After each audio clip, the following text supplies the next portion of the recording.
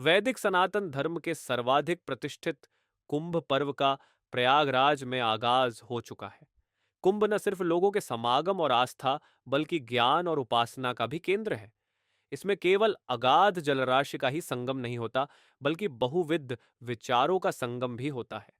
इस कुंभ में तमाम साधु संत पहुंचे हैं। इनमें कई ऐसे हैं जो अपने अलग अंदाज के लिए चर्चाओं में हैं।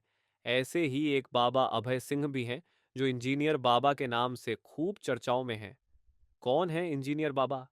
इंजीनियर बाबा के नाम से इंटरनेट पर वायरल हो रहे अभय सिंह का दावा है कि वे भारतीय प्रौद्योगिकी संस्थान बॉम्बे के पूर्व छात्र हैं। उन्होंने वहां से एयरोस्पेस इंजीनियरिंग में बीटेक किया है। अभय सिंह हम मूल रूप से हरियाणा से आते हैं। उन्होंने अपने अनोखे अंदाज से महाकुंभ में लोगों का ध्यान अपनी ओर खींचा है।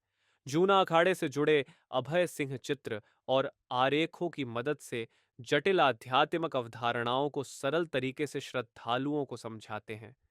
बाबा अभय सिंह ने आईआईटी से भक्ति की राह पर आने के अपने सफर के बारे में बात की।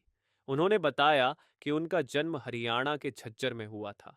उन्होंने अपनी स्कूली शिक्षा वहीं की। इसके बाद वे जेई की तैयारी करने लगे।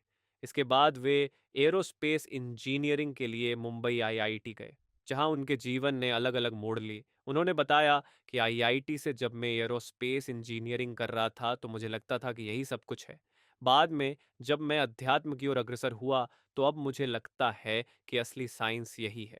जीवन के बारे में बताई अहम बात अभय सिंह का कहना है कि इंजीनियरिंग के दौरान उनका खासा झुकाव ह्यूमैनिटी की ओर था। इस बाबत उन्होंने दर्शन से जुड़े अलग अलग ग्रंथों और दार्शनिकों को पढ़ा।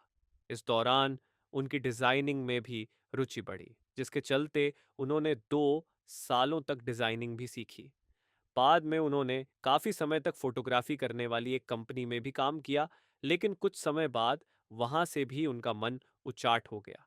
इस दौरान वे डिप्रेशन में चले गए, जिससे निकलने के लिए वे कनाडा में काम करने भी गए, जहां उन्होंने नौकरी भी की, जहां उनकी सैलरी 3 लाख प्रति महीने थी। उसके बाद सैलरी में इजाफा भी हुआ, हालांकि वहां भी उनका मन नहीं लगा।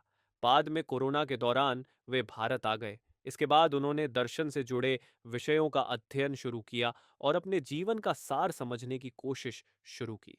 अब उनका कहना है कि उन्होंने अपना जीवन भगवान को समर्पित कर दिया है। भक्ति में उनको वो सुकून मिल रहा है जो वे खोज रहे थे। अध्यात्म केवल एक व्यक्तिगत खोज नहीं, बाबा अभय सिंह कहते हैं कि अध्यात्म केवल एक व्यक्तिगत या अलग थलग खोज नहीं है। यह वह सार है जो भारत के संपूर्ण सांस्कृतिक और आध्यात्मिक ताने बाने को बांधता है।